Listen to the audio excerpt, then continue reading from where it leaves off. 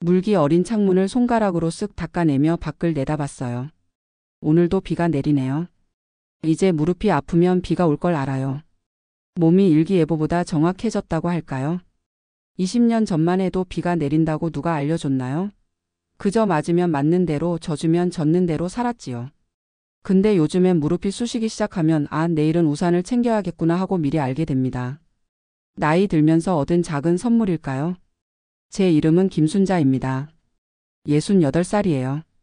서울 외곽 경기도 시흥시 작은 원룸에서 혼자 살고 있어요. 20이 평생 살던 집에서 이렇게 작은 공간으로 옮긴 지도 벌써 3년이 넘었네요. 처음엔 적응이 안 돼서 한숨만 나왔는데 지금은 이런 작은 공간도 감사하게 여겨요. 적어도 머리 위로 지붕이 있으니까요. 오늘은 주민센터에 갔다 왔어요. 동사무소라고도 하죠. 기초연금 신청하러 갔다가 또 퇴짜 맞고 왔어요. 담당자 말로는 제 국민연금이 기준액보다 높아서 기초연금을 받을 수 없대요. 제가 받는 87만 원이 어디가 많다고 그러는지. 한숨이 나왔지만 돌아오는 길에 작은 시장에 들러 20% 할인하는 시든 채소 몇 개 사왔어요. 시장 끝나기 직전에 가면 상인들이 버리기 아까워서 싸게 팔거든요. 요새 제 식단의 주요 재료예요. 오늘은 무 1개랑 당근 3개를 1,500원에 샀어요.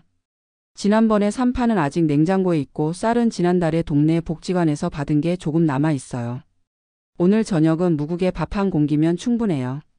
당근은 내일 아침에 갈아서 주스로 마실 거예요. 그렇게 하루하루 버티는 거죠 뭐. 가끔 TV에서 실버푸드니 뭐니 해서 노인들 영양식을 소개하는 프로그램을 보면 웃음이 나와요. 연어에 키노아 아보카도. 그런 음식들 어디서 사는지 얼마인지는 말해주지 않더라고요. 그냥 저런 거 먹으라고 조언만 해주죠. 월세 내고 공과금 내고 나면 하루에 음식값으로 쓸 수 있는 돈이 3,500원 정도예요. 세 끼 다 합쳐서요. 그럼 한 끼에 1,200원 정도겠네요. 연어요? 꿈도 못 꿔요. 87만 원. 제가 받는 국민연금 전부예요. 35년 동안 식당을 운영하면서 꼬박꼬박 국민연금 넣었는데 이게 전부래요.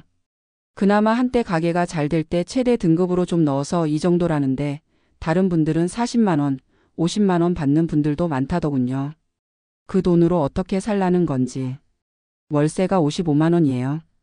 관리비 포함해서요. 처음에는 싼 집을 알아봤는데 보증금이 1,000만 원은 있어야 했어요. 그 정도 목돈이 어디 있겠어요. 자식들 대학 보내고 결혼시키고 나니 남은 건 빚뿐이었으니까요. 그래서 보증금 300만 원에 월세 55만 원짜리 이 집으로 들어왔어요. 연금에서 월세 빼면 32만 원 남아요. 공과금으로 7만 원 정도 나가니 실제 생활비는 25만 원 정도겠네요. 한 달에요. 28배 결혼해서 30에 가게를 시작했어요. 순잔에 김치찌개라고 간판도 달았었죠. 처음엔 조그만 가게였는데 손님들이 맛있다고 소문이 나면서 점점 커졌어요. 가장 잘 나갈 때는 직원도 5명이나 뒀었지요. 애들 대학 등록금 내고 결혼자금 마련하고 남편 수술비 대느라 저축은 못했지만 그래도 가족들 먹여 살릴 수 있어서 좋았어요. IMF 때 좀 힘들었지만 그래도 버텼어요. 진짜 어려웠던 건 2010년대 들어서였어요. 월세는 자꾸 올라가는데 손님은 줄고 물가는 오르고. 프랜차이즈 가게들이 생기면서 우리 같은 개인 식당은 점점 설 자리가 없어졌어요. 62살 때 결국 가게를 접었어요. 남편은 그보다 3년 전에 먼저 하늘나라로 갔고요. 가게 정리하고 퇴직금 같은 건 없으니까 바로 국민연금 받으면서 살기 시작했어요. 처음에는 큰딸 네 집에서 좀 살았는데 사위랑 안 맞는 게 많더라고요. 특히 손주 교육 문제로요. 제가 봤을 때는 애가 너무 자유분방하게 크는 것 같은데 사위는 자꾸 요즘은 달라요. 어머니라고만 하고. 결국 제가 나왔어요. 딸에게 짐이 되기 싫었거든요. 작은 딸은 미국에 살아서 연락만 가끔 해요. 처음 독립했을 때는 그래도 적금이 조금 있어서 괜찮았어요. 한 달에 10만 원씩 식비도 더 쓰고 가끔 친구들 만나서 커피도 마시고 그랬죠. 근데 그것도 3년 정도 하니까 바닥이 났어요. 그때부터 정말 빡빡하게 살기 시작했죠. 식비를 줄이기 시작한 게 그때부터예요. 처음에는 하루 3끼 다 챙겨 먹다가 2끼로 줄이고 요즘은 사실상 하루 한 끼 제대로 먹는 셈이에요. 아침에는 물에 말아놓은 마른 빵 조금, 점심은 그냥 건너뛰거나 라면 반 개, 저녁에만 제대로 한 끼 먹어요. 그것도 고기는 일주일에 한 번 먹을까 말까 해요. 주로 채소와 두부로 연명하는 거죠. 몸이 예전 같지 않다는 걸 느끼기 시작한 건 작년 겨울부터였어요.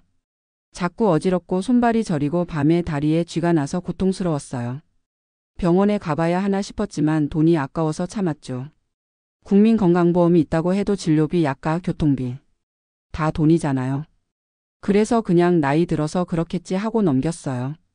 그러다 한 달 전 시장에서 장 보고 올라오다가 갑자기 눈앞이 캄캄해지면서 쓰러졌어요.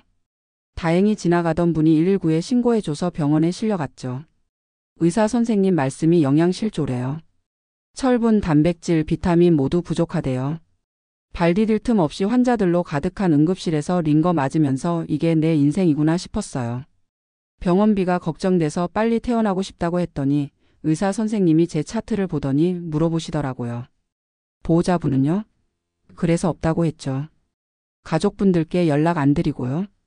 그래서 제가 웃으면서 괜찮아요. 다들 바쁜데 이런 일로 연락하면 걱정만 시킬 것 같아서요라고 했어요. 근데 속으로는 연락해봤자 올 사람도 없는데 라는 생각이 들었어요. 그런데 의사 선생님이 제 동의도 없이 응급 연락망에 있는 큰딸에게 연락을 해버렸어요. 예전에 핸드폰 개통할 때 그냥 적어놓은 거였는데 1시간도 안 돼서 딸이 병원에 왔더라고요. 얼마나 놀랐는지 얼굴이 하얘져 있었어요. 엄마, 왜 이렇게 됐어요? 왜 연락도 안 했어요? 딸의 눈에서 눈물이 흘러내렸어요. 저도 모르게 마음이 아팠어요. 사실 마지막으로 본 게 1년도 더 됐거든요. 명절 때 잠깐 들러서 선물만 두고 간 게 전부였죠. 둘 다 어색해서 깊은 대화도 못 나누고요. 괜찮아, 그냥 빈혈이래. 나이 들면 다들 이렇게 된대. 걱정하지 마. 제가 괜찮다고 웃어 보였는데 딸은 의사에게 가서 제 상태를 자세히 물어봤나 봐요. 돌아와서는 표정이 심각하더라고요. 엄마, 집에 음식이 뭐가 있어요? 순간 말문이 막혔어요. 냉장고에 있는 건 씻은 채소 몇 개, 된장, 쌀 조금. 그게 다였으니까요. 뭐? 먹을 거 없겠니? 다 있지. 딸이 제 눈을 똑바로 쳐다봤어요. 예전에 제가 딸에게 거짓말할 때마다 그랬던 것처럼요. 그러더니 딱 한마디 했어요. 같이 가봐야겠어요. 병원에서 이틀 더 있다가 퇴원했어요. 딸이 병원비를 다 냈대요. 저는 말렸지만 딸은 듣지 않았어요. 퇴원하는 날 딸이 차로 저를 집에 데려다 줬어요. 제 원룸을 처음 보는 거였죠. 집에 들어오자마자 딸은 냉장고부터 열어봤어요. 텅 비다시피 한 냉장고를 보더니 아무 말도 하지 않고 핸드폰으로 뭔가를 주문했어요. 1시간 후에 배달이 왔는데 장 본 것들이었어요. 채소, 과일, 고기, 생선. 한참 보지 못한 식재료들이 한가득이었죠. 엄마, 이거 어떻게 된 거예요? 이런 곳에서 어떻게 살아요? 딸의 목소리가 떨렸어요. 저는 괜찮다고 적응했다고 말했지만 딸은 고개를 저었어요. 내가 너무 몰라봤어요. 미안해요, 엄마. 그날 밤 딸은 집에 돌아가지 않고 제 옆에서 잤어요. 좁은 원룸이라 바닥에 담요 깔고 누웠는데도 불평 한마디 없었어요. 딸이 제 옆에서 자는 건 20년도 더 된 일이었을 거예요. 새벽에 깨어보니 딸이 저를 바라보고 있더라고요. 눈이 퉁퉁 부어 있었어요. 밤새 울었나 봐요. 다음 날부터 모든 게 바뀌었어요. 딸이 자기 집에서 살자고 했지만 제가 거절했어요. 전에 살아봐서 알거든요. 사위와의 갈등, 그리고 무엇보다 제가 짐이 된다는 느낌. 다시는 그런 상황을 만들고 싶지 않았어요. 대신 딸은 다른 제안을 했어요. 월세를 자기가 내겠다고요. 그리고 일주일에 3번 도시락을 가져다 주겠다고 했어요. 제가 거절하려고 했지만 딸은 단호했어요. 엄마, 50에 은퇴할 거예요? 60에요? 아니죠. 엄마는 65살까지 일하면서 나 대학 보내주고 결혼도 시켜주셨어요. 이제 제가 도울 차례예요. 나도 모르게 눈물이 났어요. 딸의 그 말이 얼마나 기다렸던 말인지. 쑥스러워서 표현 못했을 뿐이지 내심 자식들에게 뭔가 받고 싶었던 마음이 있었나 봐요. 그날 이후로 딸은 약속을 지켰어요. 일주일에 3번 영양 가득한 도시락을 가져다 주고 가요. 각종 검사를 받았는데 이제는 비타민과 철분제도 매일 챙겨 먹고 있어요. 한결 몸이 좋아진 게 느껴져요. 며칠 전에는 딸이 손녀를 데리고 왔어요. 중학생이 된 손녀는 제가 기억하는 것보다 훨씬 컸어요. 처음에는 어색해했지만 제가 예전에 손녀가 좋아하던 김치찌개를 해주었더니 좋아하더라고요.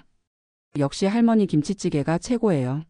라고 말하는데 그 한마디에 제 가슴이 뭉클해졌어요. 최근에는 동네 복지관을 다니기 시작했어요. 거기서 비슷한 처지의 할머니들을 만났어요. 서로 사는 이야기를 나누다 보니 위로가 되더라고요. 저보다 더 어려운 분들도 많더라고요. 함께 웃고 울다 보니 마음이 한결 가벼워졌어요. 복지사 선생님이 알려준 노인 일자리 프로그램도 신청했어요. 일주일에 3번 오전에만 이 시간 일하면 월 27만 원을 준대요. 많은 돈은 아니지만 그래도 내 힘으로 버는 돈이니 소중하겠죠. 다음 주부터 시작한다고 해요. 요즘은 가끔 작은 딸이 미국에서 영상통화도 걸어와요. 손자들 얼굴도 보여주고요. 다음 달에는 한국에 온다고 해요. 벌써부터 설레네요. 예전에는 이렇게 혼자 쓸쓸하게 살다가 죽겠구나 생각했는데 이제는 조금 다른 것 같아요. 물론 여전히 돈은 빠듯해요. 그래도 완전히 혼자는 아니라는 생각이 들어요. 어제는 딸이 제게 핸드폰을 새로 사줬어요. 스마트폰이에요. 다루기 어려웠지만 딸이 친절하게 가르쳐줬어요. 이제 손녀와 카카오톡도 할 수 있게 됐어요. 처음으로 손녀가 보내준 이모티콘을 보고 한참을 웃었답니다. 창밖을 보니 비가 그쳤네요. 구름 사이로 햇살이 비치기 시작했어요. 오늘 저녁은 딸이 가져다 준 도시락이 있어요. 소불고기와 각종 반찬들. 벌써부터 군침이 돌아요. 세상이 갑자기 완벽해진 건 아니에요. 여전히 돈 걱정, 건강 걱정은 있지만 이제는 혼자가 아니라는 것. 그게 큰 차이예요. 누군가에게는 아무것도 아닌 일일 수 있겠지만 저에게는 세상이 바뀐 거나 다름없어요. 내일은 복지관에서 하는 건강체조에 가볼 거예요. 오랜만에 새 옷도 입고요. 딸이 생일 선물로 준 블라우스가 있거든요. 분홍색이에요. 예쁘죠? 68배 나이에 새로운 시작이라. 웃기죠? 하지만 그래요. 이제부터가 진짜 시작인 것 같아요. 적어도 저는 그렇게 생각하기로 했어요. 어떤 분이 그러더라고요. 인생은 마지막 순간까지 우리에게 깜짝 선물을 준비하고 있다고요. 저는 이제 그 말을 믿기로 했어요. 그리고 그 선물을 받을 준비가 되어 있어요. 요즘은 드시고 남은 밥을 채소랑 같이 볶아서 냉동실에 넣어둬요. 먹기 전에 전자레인지에 돌리면 금방 따뜻한 한 끼가 되거든요. 영양실조로 쓰러지고 나서 음식을 대하는 태도가 달라졌어요. 예전엔 아끼자는 생각만 했는데 이젠 잘 먹자는 생각도 해요. 물론 여전히 넉넉하진 않지만 그래도 최대한 영양가 있게 먹으려고 노력하죠. 오늘은 복지관에서 알게 된 박 할머니가 집에 놀러 온다고 했어요. 같이 복지관 프로그램에 다니는 친구인데 저보다 3살 많으시지만 정말 활기차세요. 시장에서 만두를 싸게 파는 곳도 알려주신다고 했어요. 같이 가보기로 했죠. 가끔은 내가 왜 이렇게 살게 됐지? 하는 생각이 들 때도 있어요. 열심히 일했고 자식들 잘 키웠고 착하게 살았는데. 근데 그런 생각이 들면 금방 떨쳐버려요. 후회해봤자 달라지는 건 없으니까요. 그보다는 지금 이 순간 내가 할 수 있는 일에 집중하는 게 낫겠죠. 혹시 이 이야기를 듣고 계신 분들 중에 저와 비슷한 처지에 계신 분이 있다면 혼자가 아니라는 걸 기억하셨으면 해요. 때로는 도움을 청하는 게 필요해요. 저는 그걸 너무 늦게 깨달았지만 다행히 아직 늦지 않았더라고요. 이제 슬슬 준비를 해야겠네요. 박 할머니가 곧 오실 시간이에요. 오랜만에 손님 맞이라 괜히 설레네요. 예전 가게 할 때처럼 맛있는 차라도 대접해야겠어요. 동생이 보내준 녹차가 있거든요. 한국에서는 비싸다던데 미국에서는 싸대요. 이름이 뭐였더라? 마차? 말차? 그런 이름이었어요. 연두색 가루를 물에 타 마시는 건데 처음에는 맛이 이상했지만 지금은 꽤 좋아해요. 몸에도 좋다고 하더라고요. 창가에 놓인 작은 화분에 물을 주며 생각해요. 오늘도 살아있다는 건 축복이구나. 큰딸이 1달 전에 선물해준 화분이에요.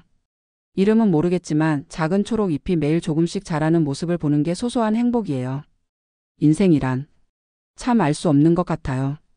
제가 가장 힘들 때 오히려 새로운 시작이 찾아올 줄은 몰랐으니까요. 영양실조로 쓰러져 병원에 실려가다니 생각만 해도 부끄럽고 창피했는데. 그게 오히려 저와 가족을 다시 이어주는 계기가 될 줄이야. 앞으로 어떤 일이 또 벌어질지 모르겠지만 적어도 지금은. 그래요, 지금은 괜찮아요. 이 작은 원룸에서 제 나이에 맞게, 제 형편에 맞게 살아가는 법을 배우고 있어요. 모든 게 완벽하진 않지만 그래도 감사할 일이 더 많아졌네요. 누군가 제게 물었어요. 할머니 지금 행복하세요? 잠시 생각해보니 대답할 수 있겠더라고요. 그래, 나름대로는 행복해.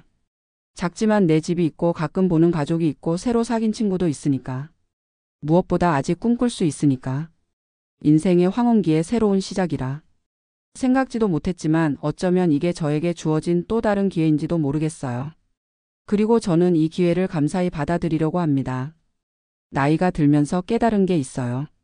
작은 행복이 모여 큰 행복이 된다는 거예요. 오늘 창문 너머로 보이는 맑은 하늘, 따뜻한 햇살, 그리고 이따 만날 친구를 생각하면 웃음이 나요. 그 작은 행복들이 제 삶을 지탱해주고 있네요. 이제 저는 이 작은 행복들을 하나둘 모아가며 살아갈 거예요. 앞으로의 날들이 더 밝아질 거라는 확신은 없지만 적어도 완전히 어둡지만은 않을 거라는 희망은 있어요. 그 희망만으로도 오늘을 살아갈 힘이 됩니다. 벌써 약속 시간이 다 됐네요. 박할머니가 오시기 전에 차라도 준비해야겠어요. 말차를 내리며 생각합니다. 아, 오늘도 살아있어서 참 다행이다.